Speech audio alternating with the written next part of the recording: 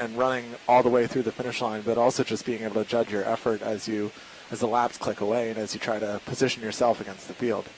That's such a good point. I'm thinking back to last year's New Balance National Outdoors, of course, at Franklin Field, and that track is another piece of history, but has some lines that can be confusing about starts and finishes, and we had lots of people just saying, oh, I thought I was at the finish line and I wasn't quite there. So good reminder that get through it, get a couple meters past, and then you can relax.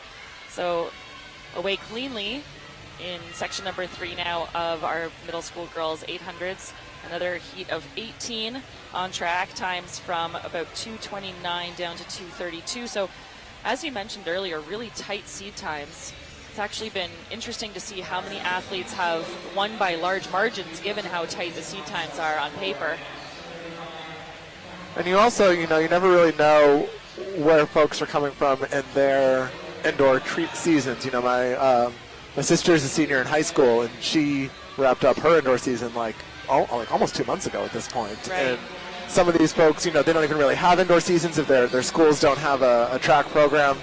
But, for some of these guys, it's their 12th race of the season, and some of them it's their 3rd. So I think that you see a lot in the difference in racing. Some people know exactly where their effort is, and some people are really just feeling it out, especially, as middle schoolers, the improvement curve is so steep. Absolutely. And they're coming up on 400 meters, looks like 68 seconds. That's a really great tempo for some of these girls trying to get, under that 2:30 mark or even closer to 2:20.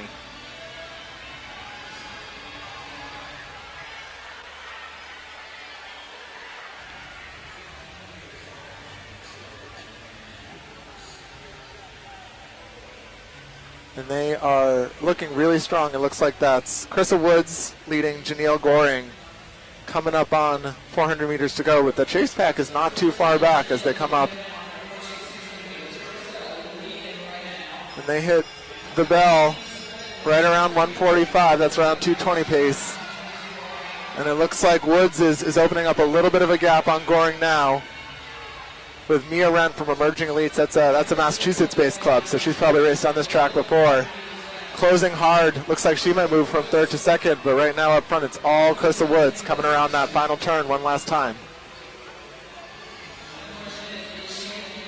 And as they come through the arch down the home stretch, Krissa Woods is in store for a big PB. Is she going to get under 2:20?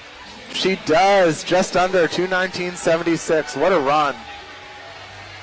She was one of these athletes that came in with a no-time seed, and that can really leave things wide open because you never know what they're capable of. It probably means she hasn't raced one yet this season, and what a way to, if that's true, open up her 800-meter season with a 2:19.76. I remember being around this age, and that 2:20 barrier was such a magical thing to get under. You were gunning for it for so long, I remember, and to finally break it meant a great deal. And she probably had that in her mind. You can see her eyes looking up to the clock as she comes across, and immediate happiness and relief, emotion pouring out of her. Glad to see her rewarded with that time. 2:19.76 for Woods, Goring 2:22.64, and Mia Rent rounds out the top 3 at 2:23.26. How about 6th grader Molly Mako, 2:25? That's a great run for a 6th